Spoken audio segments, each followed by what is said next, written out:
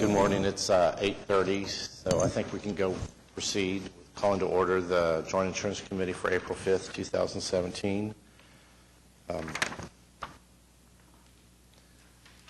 Members present are Linda Bull, Terry Slaughter, Ron Connor, and Joseph Burnett. And I know Mr. Freeman is going to be absent today.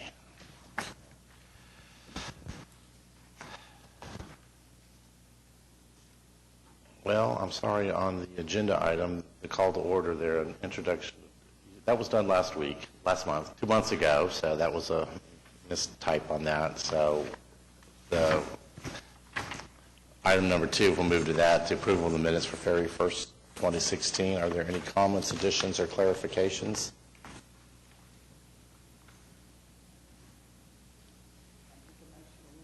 Motion to approve by Ms. Bull. Second from anybody? Ron? Okay.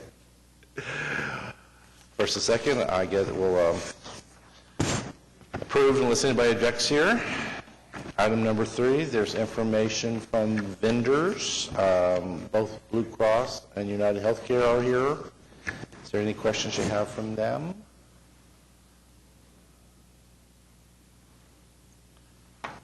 Okay, not seeing anything from it. I will go to item number 4.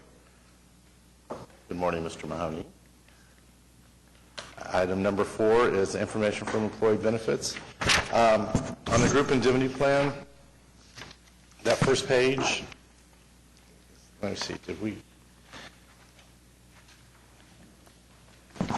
just got a couple months worth of claims in, and we did have an enrollment shift, so you'll notice that on that plan. So if the numbers go down, don't be deceptive when there's enough, when folks moved around on that. And so we'll see. It's early in the year, so can't really pick up a trends on this stuff yet. Let me see. United Healthcare. We are aware that the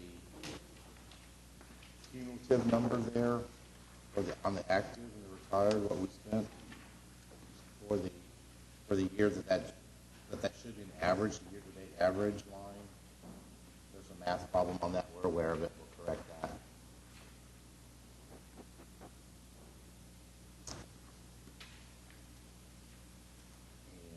And otherwise, the other plans, dental and life, are very stable. We did have a little bit of a life adjustment this year, so you'll see that in the premium rates over time. And then the last item, the Employee Assistance Program. This is the summary there for the annual report for 2016.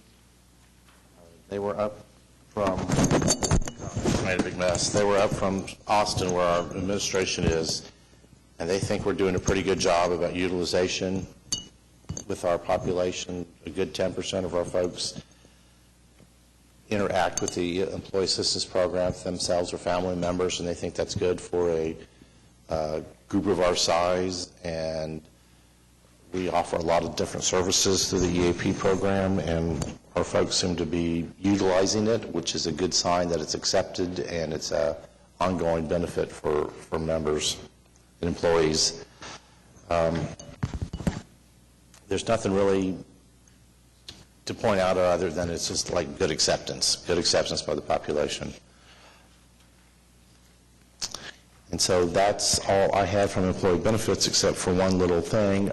I'll be leaving the city of Oklahoma City next week. I'm taking another position with another employer, so I'm going to take a retirement here as on May 13th and go to work over at the University of Oklahoma. So good year serving on this, and I think I've missed one of these meetings in 22 years. So pleasure to serve with you, and so moving onward.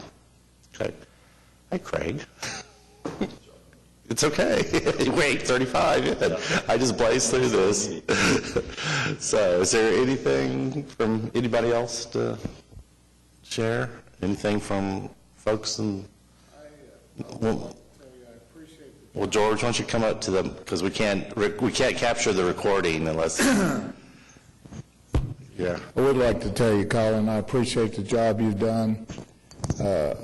Sometimes you didn't always do what I liked, but it was easy to work with you. Thank And you. we got a lot of problems solved that may not have ever happened if you weren't there to visit with me, and so we got a lot of things done, and I appreciate everything you've done. Well, thank you, sir. And good thing about it is now you'll be sitting over here, and you'll know what kind of hell we can go through. I'll just Thank hold you up very- signs and say Thank like, you no, that's a crap. Gina Jordan's has been named acting employee benefits manager, so she'll be taking over this role and what I'm doing over there across the street. So just call Gina. Say, all right. Colin, I'd Yes. like to say on behalf of the retirees, we appreciate what you've done for us all these years. Even thank you. before that, years ago, you've always kept our plan in good tact. Well, we try. appreciate that. No, it's a team over here, personnel and finance and the city manager's office, so thank you. Appreciate it. Okay, thanks. Yeah, I would echo that also. Colin and I, when I first came to work for the city, Colin was one of my bosses, and so I've enjoyed working with him for a very long time, and especially in his role as benefits manager and the leadership he's given to that program. So I do appreciate that and congratulate you on your retirement and the new opportunity. Thank you. All righty. Okay, is there anything from anybody? Okay, let's call the meeting adjourned, and you have a question, I okay? do have a question. Do you ever give a report on the management disability? Do you ever put anything together? The Management Disability Program is a program that's 100% funded by the city, and we've never considered it under the purview of this committee because it's for management and executive employees, and it's a self-funded plan, and because of the privacy of the nature of someone who's applying for a disability, it's probably not something we would really talk about other than say we have somebody in the pipeline. But who it is and why they're there, I wouldn't put in the public domain. That's just like our insurance. You don't put names out Right, there for our but insurance. So you've just never given a report on the management disability? Never given a report of the Management Disability Program, so. Okay. I just knew it was there, and I thought, well, why don't we ever? Yeah, 'cause Carry. it's all self-funded by the city, it's not an insurance plan, and people got to meet qualifications for it. So, Okay. Colin, before we do shut it down, are we going to interview some more insurance companies? Where we are right now, the answer is yes. We're floating requests for proposals. The one for the group indemnity plan was released March 28th. The pharmacy benefit manager and the HMO plan are scheduled to be released April 11th. That will trigger off this request for proposal process, and we'll start generating interest from various vendors as to where we are. And we're waiting for that process to pull out. So the short answer is yes, it's just it's a process. But we'll have similar meetings like that? Probably have some similar meetings when we get down to solidifying who we want to talk with and get their responses. So we'll bring you, Gene will bring you back into the loop here, but right now, because we're in the RFP process, it's just out there and we're waiting for people to respond to us. Thank you. Okay. Good. So let's call the meeting